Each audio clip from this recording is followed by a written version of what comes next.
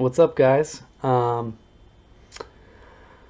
Let's do the top 10 horror books from 2000 to 2009. These are the books from the aughts that you ought to read.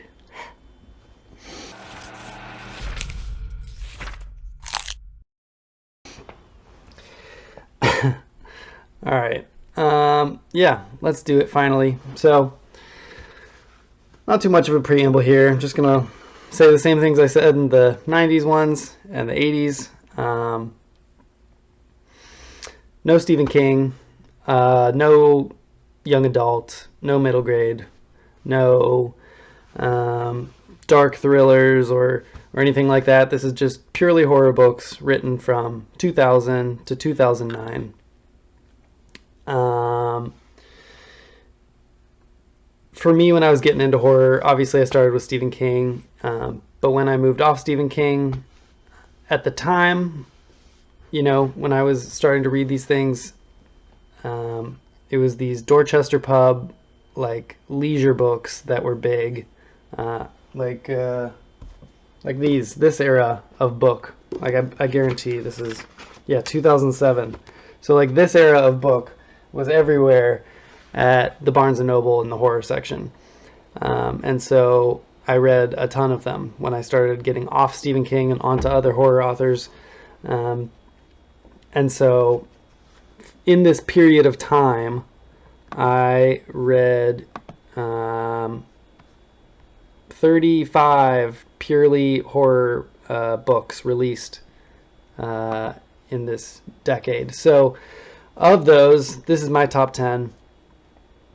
That being said, of all the videos I've done of these top 10 horror books, this one's the there might be a few books that I'm a bit fuzzy on, because like I said, when I first started reading this stuff, I was a lot younger. This was like when this stuff was coming out. I was really getting into it. And so if I'm fuzzy on the details on some of these, I apologize. It's been a long time since I've read them, and I'm not going to reread every single book I've ever read just to make a top 10 list, but here we go. All right, coming in at number 10, I'm going to talk about They Hunger by Scott Nicholson, released in 2007. And look at that. The cover's got a Bentley little quote right up on top. We got to love that. So I picked this one up. I live in North Carolina, and I was in the western part of North Carolina. I don't remember exactly when I was young. This one, this might have been one of the very first, like, non-Stephen King horror books that I picked. Well, I don't know if that's entirely true. That would have been 2007. No, okay, that's not true. But it was early on, and I was in western North Carolina going on a whitewater rafting trip with some family. And at this whitewater rafting place where you like rent the boats, they had this little stand of books from this author, Scott Nicholson, and they said he was like somewhat local. I guess they said he lived in North Carolina. I honestly haven't even looked that up to see if that's true. But they had like some signed copies and stuff, and so I picked up a copy of They Hunger because the cover looked cool, and I gave it a read, and I really loved it. And my memory on it now is a little vague, but it's still like kind of nostalgic for me, because I was like on a whitewater rafting trip, and it's about a whitewater rafting trip, and I just remember being like so excited reading it, basically from my very blurry memory. And again, this one might be one of those ones that I threw on the list because if you reread it and you're like, God, this sucks, well, I'm sorry. It's been a while. But it's basically about these, I think there might even be some FBI agents, because there's like a crime that's been going on, and there's like some tourists and all these people that are on this whitewater rafting trip, and basically, not only do they have to survive the human element of what's going on and the nature of the whitewater rapids, but also these, from what I remember, like winged vampire creatures, a la like the things in in The Descent is kind of what I imagined, but with wings. These kind of like vampire bat stuff. And yeah, it's like an actiony, thrillery, horror-y, fun time from what I remember. So yeah, that's that one. They Hunger by Scott Nicholson. Coming in at number 9, I was hesitant to put this one on my list, but I'm being honest, and that is Survivor by J.F. Gonzalez, published in 2004. So for a long time, if you looked up lists of like what is the most extreme horror book ever or whatever, like this one topped the lists. And at this point in time, the indie scene is having such a resurgence, or such a explosion of growth with the extreme horror scene, that I don't know that people would still include this one at the top. But yeah, this one came out like in one of these leisure paperback editions and was sold in Barnes & Noble and stuff. I didn't end up reading this one until years later, and now copies of it go for a lot, though I think it's getting reprinted later this year, next year or something, I heard. But this is an extreme book, trigger warnings and all that stuff. It's pretty nasty. Basically, it's about this woman who gets kidnapped and is put into a snuff film, and there's some horrific stuff involving children, babies. It's pretty messed up. And then part of it is about like sort of these cops and these people who are trying to find where they're making these snuff films. And for better or worse, I always find snuff films to be like an interesting topic for stories. I don't know if you remember that Nicolas Cage movie. It was like Millimeter or something. This feels sort of like an extreme version of that. And it's not a perfect book. I have complaints for sure, but it's one of those books where like I just kept turning the pages. I was fully invested. Some of the, there's this like, I'm not going to spoil anything, but some of the like evil characters get a little silly at the end, but it's enjoyable. It does straddle that tone of being like, this is too graphic for me, but also being sometimes like kind of fun. They shouldn't, I don't know. So like I don't think it's perfect, but it was wildly enjoyable if you are able to tolerate some pretty heavy content. The next one, The Association by Bentley Little, published in 2001. I've talked about my love of Bentley Little, especially in the last video I did, I think the 90s one. And I think that the two I included in there I might like a little bit more than this one, but I do love The Association. This is either my second or third favorite Bentley Little book. Very much follows his formula. This one, the evil entity is a homeowners association. After this guy moves into his new home, weird things start happening. And I did kind of like where the ending sort of all comes in line with this one. I feel like Bentley Little does not always stick the ending sometimes. It just feels like he throws something in, and it's not always about the ending, it's about the journey. But I feel like I did enjoy the ending of this one. I don't know that everyone would, but I did. Yeah, just great Bentley Little. I love Bentley Little, so this had to make the list. Yeah, number, 10, 9, 8. Number 7, Urban Gothic by Brian Keene, published in 2009. So everybody loves The Rising by Brian Keene, and I did read that. I'm not a huge zombie book person. I remember liking it fine, but not being like too into it.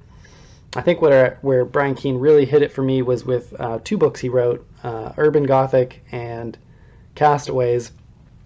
And he has come out and said that Castaways was his attempt to do like a Richard Lehman homaged book, and Urban Gothic was his attempt at doing like an an Ed Lee book.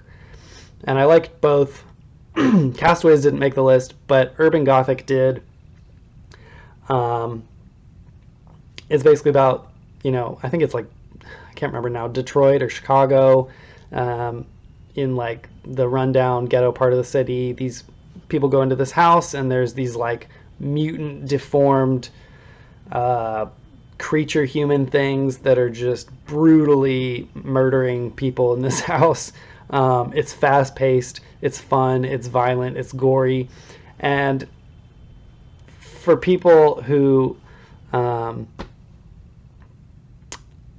into horror movies, if anyone's seen Barbarian, which came out like last year or the year before, which is a great movie, by the way, but the whole time I was watching it, I was thinking like, did this just like straight up rip off Urban Gothic? So if you like Barbarian, check out Urban Gothic, because I kind of ripped it off. But yeah, that's a fun one. Number, oh my god, 10, 9, 8, 7, 6. Number 6. I'm going to put Night in the Lonesome October by Richard Lehman, published in 2001. So I've read a lot of Richard Lehman. I don't know if I have any within grabbing distance here. I don't think oh yeah. So when I was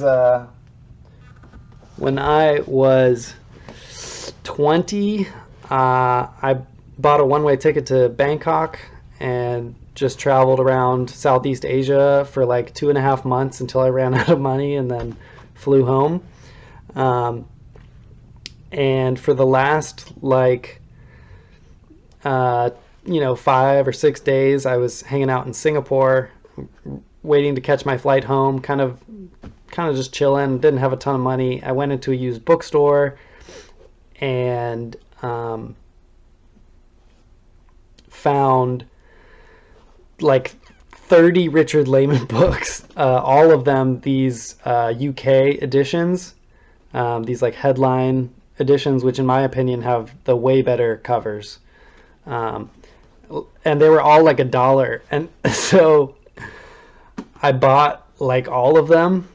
And then I went on to some like street and bought like this really cheap backpack and just filled it with UK Richard Lehman editions. And I remember flying home, and the guy I had to stop in Germany, and the guy at customs like unzipped it and just saw like 30 Richard Lehman books and was kind of like, he just zipped it closed. It was like, okay. But yeah, so I've read a lot of Richard Lehman over the years, and again, if you're not familiar with Richard Lehman, it's got to be addressed. It's problematic in ways that he writes about women. Some people argue that his books feel like you're just reading some like pervert's fantasy written down on the page, and I get that argument. But that being said, Richard Lehman, for me, almost every time I've read him, it's the definition of a page turner. I think it's the way that he writes. It's very fast paced. There's never like a lull in the action, and it's very direct writing. It's not flowery. It's not descriptive. It's just like keeps moving, and something about it, like, to be honest, when I've tried writing my own book, like, a lot of people say Richard Lehman's a bad writer, but to me, like, I can't stop reading a Richard Lehman book, for better or worse. And it's just something I would love to like grab and just be like, how does he do it? I want to do that. So, for better or worse, I haven't put Richard Lehman on the list yet, but Night in the Lonesome October is, I think, the first one I'm going to put on one of these lists, because love him or hate him, he is a horror writer. He is an absolute legend in the genre, and I think that he has some stuff worth reading. Night in the Lonesome October is not one of his it's not typical of a Lehman novel. It's a little odd, and people either love it or hate it for that reason. Not a lot happens. It's weird. It's about this kid who's just wandering through the night. If I recall, he gets broken up with. He's kind of depressed, and he just starts walking through the night and encounters like weird homeless people and creatures and like just mean people. It's just odd. Like for me, this one is very much about the atmosphere. It creates this dark, surreal, like it just makes you feel like nighttime wherever you live, if you go wandering the streets, might be a little weird, might be a little dark, might be a little off. And something about just the vibe that he captured really worked for me. And so for that reason alone, I put it on the list. It's enjoyable. If you're okay with Richard Lehman, I would suggest checking it out. Next one on the list, I've lost count. I'm not counting anymore. This one is another one that I'm a little blurry on, but that is Berserk by Tim Levin, published in 2005. From what I recall, it's about like this dad of this soldier who dies in mysterious circumstances, and there's like British mass graves with this military and all kinds of things, and he's trying to sort of figure out what went on, and he winds up digging up his son's grave and doesn't find his son, but he finds this little girl who's been buried here for like a decade, and she's still alive, maybe. It's dark, it's grim, but also like he's like throwing this little girl that's like a zombie or a vampire or what, like in his trunk of his car and driving around having this adventure. And it's wild ride, and it's I remember it just being a lot of fun and super like macabre and just like grim, but in the weirdest, most fun kind of way. And I wish I could tell you more, but like I said, my memory of this one is a little vague. We're going on vibes here. When I think back on this book, I remember loving it, and it's like, how much do I remember loving these books? So yeah, check that one out, I think. Next one on the list, we're going to go back to Richard Lehman one more time. Oh, spoiler. But yeah, one more time. That was Traveling Vampire Show from the year 2000. Is this my favorite Lehman book? I don't know. Arguable, maybe. It's a coming-of-age book about these kids who... There's a traveling vampire show. There's this traveling show coming to town. And there's vampires. It's just a lot of fun. There's a lot of talk of boners and horniness, so you got to be okay with that, as is typical rumps, you know, and all that jazz. But I just remember really liking it, really enjoying reading it. Yeah, you gotta like Lehman. But if you like Lehman, this is a good one to read, I think. And if you don't like Lehman, then you know, then there you go. Yeah. All right, we're getting into the top 3 here. So, you guys ever watch Steve Donahue's channel? He's like big deal booktube guy, way more, you know, subscribers than me by tens of thousands. And I know for a fact that he has watched at least one of my videos because he's commented. I don't know that he's a regular watcher. I'm not going to pretend that he is, but when I was making this list, I was like hesitant to put this one on here just because if Steve saw this, he was going to flip his lid, because the man hates this book. He's made videos upon videos upon videos about how much he hates this book. I read this in my youth and it blew my mind. I haven't read it as an adult. Maybe I would feel differently, but and that is The Road by Cormac McCarthy. This is more literary fiction, but I think to say that it's not horror is just not correct. From what I recall, it is incredibly dark. The prose is lyrical, borderline poetic. It's just about the end of the world. and how dark that can be. Post-apocalyptic wasteland with a father and a son just making their way through, trying to survive. I remember it being so horrific, so bleak. But Steve Donahue calls it bro-lit. So I don't know. Bro dude literature or something. I don't know. I liked it. Sorry, Steve, if you're watching. All right, my top two here. Published in 2009, number 2, that is Depraved by Brian Smith. Honestly, I really waffled about putting this at spot number 2 or spot number 1. Brian Smith has a great name, by the way, and he spells it perfectly. And I've only read like 2 or 3 books by Brian Smith, but this one kind of blew me away.